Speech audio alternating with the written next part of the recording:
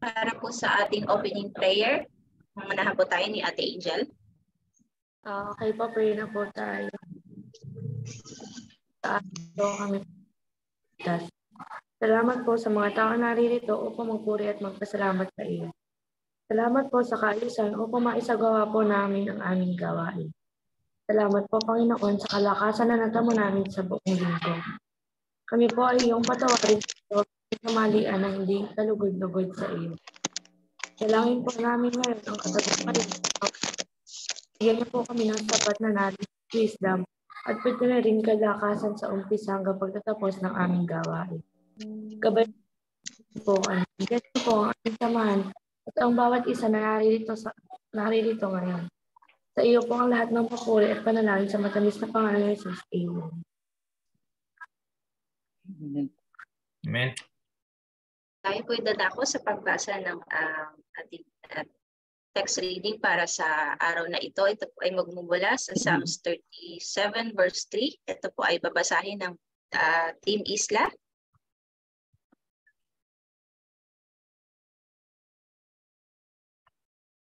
Ate Opel, wala pa yung Team Isla.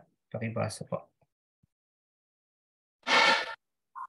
Trust in the Lord and do good.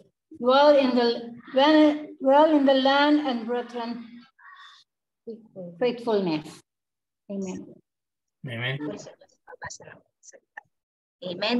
Ngayon po, tayo po ay nasa week 130 na ng ating gawain at sa araw na ito po, ang gagamitin po ng ating Panginoon upang ihayag ang kanyang salita ay ang ating kapatid na si Ate Era Espanta Sese at ang title po ng kanyang ng mensahe ng ating Panginoon sa araw na ito ay Trust and Obey. Ate Era? Amen. Salamat po, Ate She. Naririnig niyo po ng malakas? Amen. Opo, amen. Amen. Opo. Pagpamanhin po, wala akong screen sharing. Hindi pa po ako masyadong nakapag-aral ng technology na yan. So, allow me to read po. Babasahin ko po itong ating pagsasalo-saluhin ngayon. Muli, isang mapagpalang araw po sa bawat isa. Sabi po ng Psalms 37:3, trust in the Lord and do good. Dwell in the land and befriend faithfulness. At ang pamagat po ng ating pagsasaluhan ay trust and obey. So, is there really no other way? Sabi po nung kanta, mamaya po maririnig natin. There is a well-loved old gospel song that says, trust and obey, for there's no other way to be happy in Jesus but to trust and obey. Sabi po, God takes the initiative by inviting us to live in a covenant relationship with Him and by promising us a good and significant life and promising to be there for us, to love and to make life possible for us. The first part of what we have to do to live in that covenant with God is to trust His promise. Parang dalawang part po siya, dalawang magkaibang salita po ang trust at saka ang obey.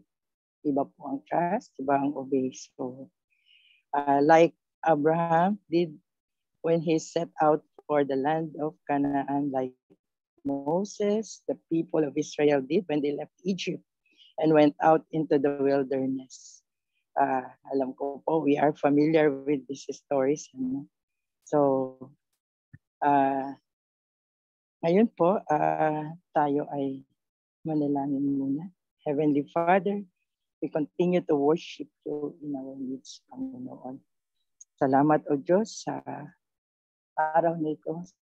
Salamat sa pagkakatawag mo sa aming Panginoon to have a covenant with you. May you increase, O Lord, as I decrease. And Lord, pawang mga salita niyo lamang po nalabas sa aking mga labi at mapagpala ang aking mga kapatid, O God, na makakarinig ng inyong salita. Nais namin kayong pangalan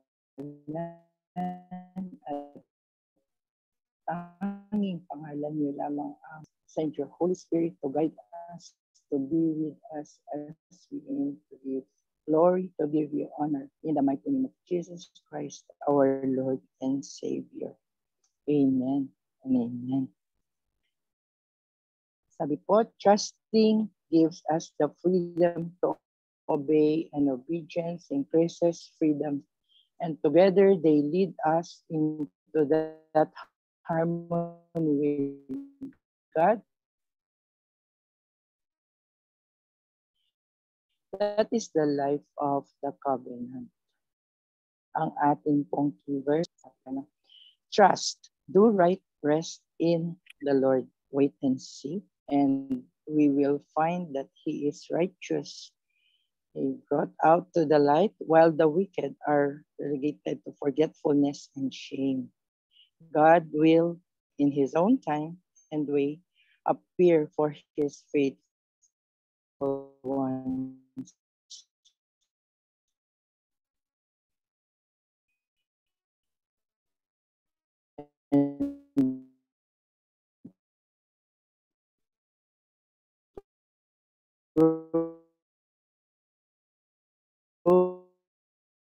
The truth of His ancient word.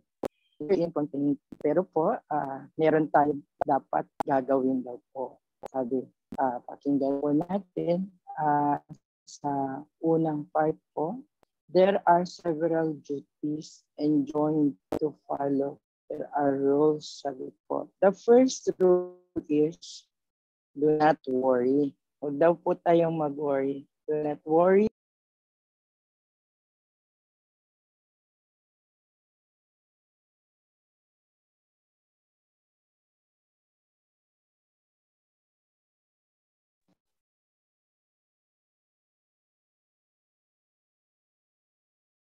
Amen. The first rule, command is do not worry. Do not worry or confuse ourselves about the mysteries of God's providence. Even if the lot of the wicked seems easier and more pleasant, more prosperous than others, yet they shall soon be cut down like the grass and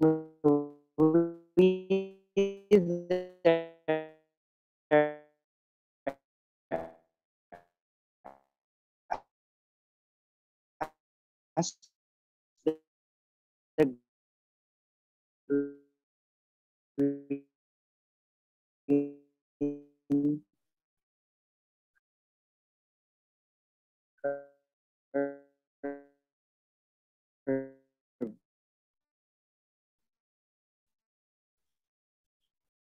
resides. A little extra in contrast from fretting, yung opposite daw po. Our work is not to worry, but to trust on our God. Number 3, wait patiently. The word wait means to hope, to anticipate, and to trust.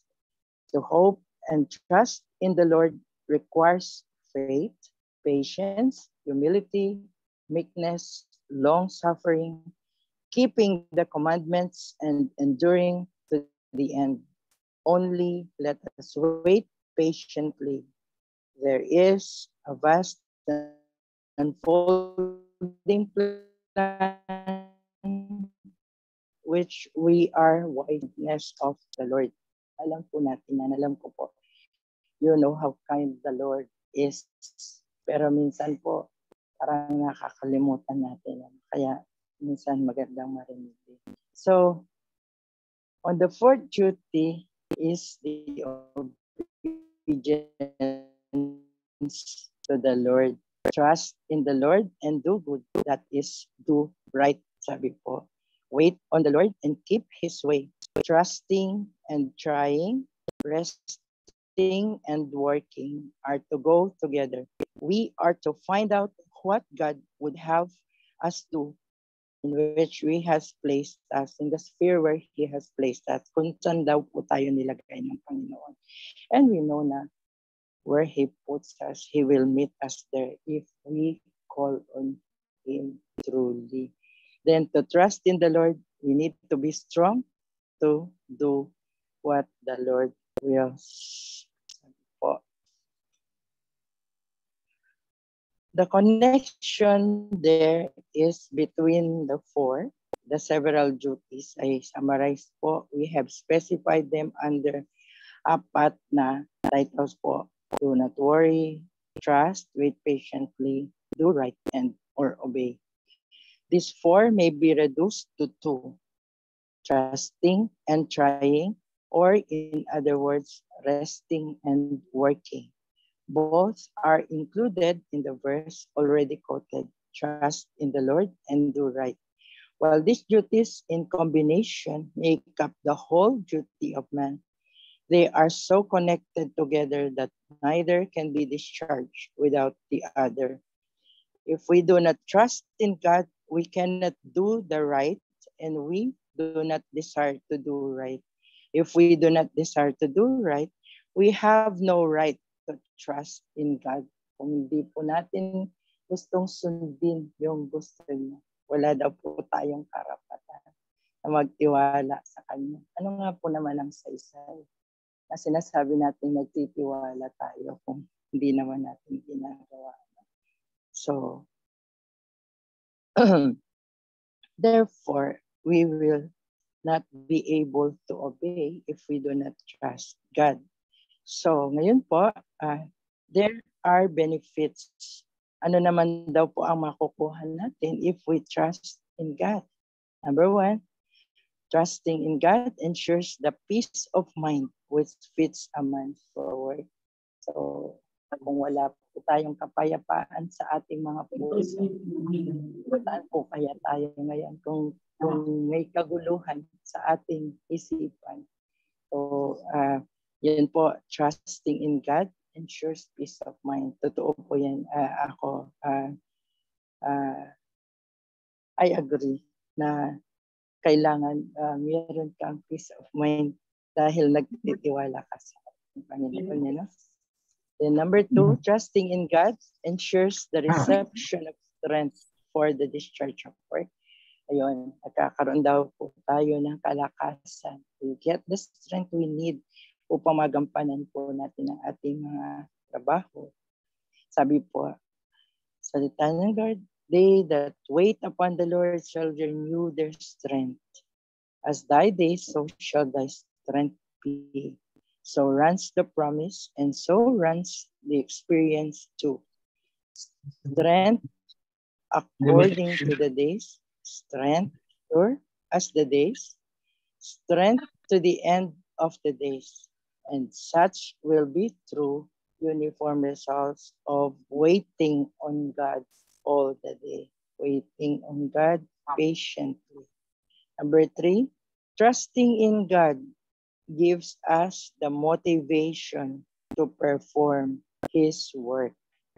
If we are committed to trust in God, then honor requires that we shall do right. For if we trust in God for strength, He will perform His will. Hence, when we ask for strength, there is a clear pledge that the strength received from God shall be spent in obedience to God. Number four, trusting in God will ensure blessings to those who put their hopes and trust on Him. We can claim positive results and the victory of what we pray for. Okay. Trusting in God, sabi po, ensures us of a home with God when the earthly work is over. Kung saan po tayo after nitong ating earthly lives, even when flesh and heart fail, God is the strength of our heart. Kahit na po tayo ng karamdaman, still we will be strong. We will be strengthened, heartened. Our portion forever will be the Lord. So we will have a secured place with God. So yun po yung first part. Sabi nga po sa mga sales events, but wait, there's more. There's more, sabi po. There is another part of living in a covenant with God. We not only have to trust, we also have to obey. Sabi nga po, there is more to this kind of obedience than just agreeing and saying, yes, following orders. Di po daw basta-basta nag-agree ka lang, yes, I will do, and say, yes, I will do, I will obey. It calls for us to learn to live in harmony with God in a much bigger way. So, ano daw po ito? This is, of course, obedience. Number one, what kind of obedience does a covenant with God require? I-visualize po natin, picture daw natin yung eksena na very awesome when the people of Israel were liberated from slavery in Egypt, are camped near the foot of Mount Horeb in the desert of Sinai. Horeb is an active volcano, and Moses has gone to meet God to represent the people as God makes covenant with them. God is saying, you will be my people, and I will be your God. Then God gave Moses a set of commandments they were to live by. These were not prerequisites for entering their new relationship with God, because God had already received them into the covenant. God had again started by saving the people and calling them to venture out, trusting his promise. The commandments simply describe what it would be like to live in harmony with God. They were simple, practical rules for living lives committed to reverence, respect, justice. And though it doesn't say so right here, wala nga po sa meron namang word na love, because we are called to live in harmony with the purpose of God, that is love. God is the one who orders the universe, and that his will for all things is good. The law has been given to us to help us get in harmony with the purpose of God. Jesus taught that the best way to live in obedience to God's purpose is to live in love, because God is love. To really live in obedience to God, we must learn to love as God loves. The law behind the written law is the law of love. Pangalawa po, what would it mean for us to live in obedience to God? It is not just a matter conforming to written rules and believing that by doing that, we can make our lives good. Sabi po ni Apostle Pablo, as he tried that, and he said it was a big mistake for the Romans, sa Romans 7. It is a matter of first claiming our freedom by trusting God's love for us. We have to take charge of our lives and refuse to let ourselves be ruled by all of the little threats and promises that bombard our lives daily. Nakikita po natin yung iba-ibang offer ng mundo. Marami po tayong nakikita, but let us not be distracted. Mag-focus daw po tayo sa ating covenant on covenant with Jesus. Ano po, tayo daw ang may responsibility sa ating mga buhay. Tayo po ay ang merong duty to keep our covenant. Trusting God, God's loving promise actually sets us free to do something bigger and better with our lives.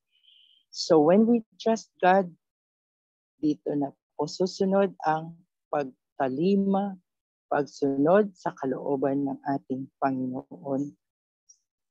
Going back to our key verse, trust in the Lord and do good, so shall thou dwell in the land, and you shall be fed. Sa ibang salin po, befriend faith faithfulness. Yun pong faithfulness ng ating Panginoon ang tinutukoy dito. When we trust Him, of course, when we trust Him, we learn to obey His will. Di po natin masusunod ang kanyang kalooban kung hindi tayo nagtitiwala sa ating Panginoon. When we put our trust in God, obeying His will naturally follows. So, sabi nga po ng verse, trust and obey. There is no other way. So be happy in Jesus, to trust and obey. Yan lamang po at nawa meron kayong natutunan sa ating short lesson ngayong araw. Tayo po ay manalangin. Salamat po, O Diyos, sa pagkakataon ito na kami ang pinagtipo niyo, Panginoon, upang magbulay ng iyong salita, Panginoon. Upang, Lord, mapagbuti namin lalo ang aming mga buhay to be faithful to our covenants in truth, Panginoon.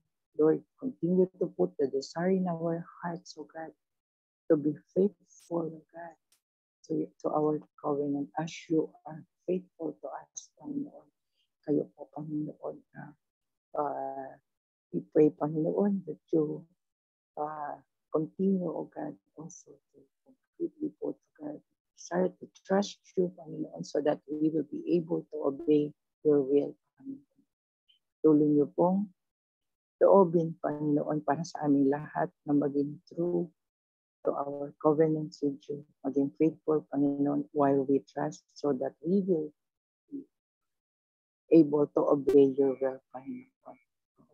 As a result, Panginoon, all this we ask in the mighty name of Jesus Christ, our Lord and Savior, with the sweet fellowship of the Holy Spirit. We shall pray. Amen. Amen. Maraming salamat po.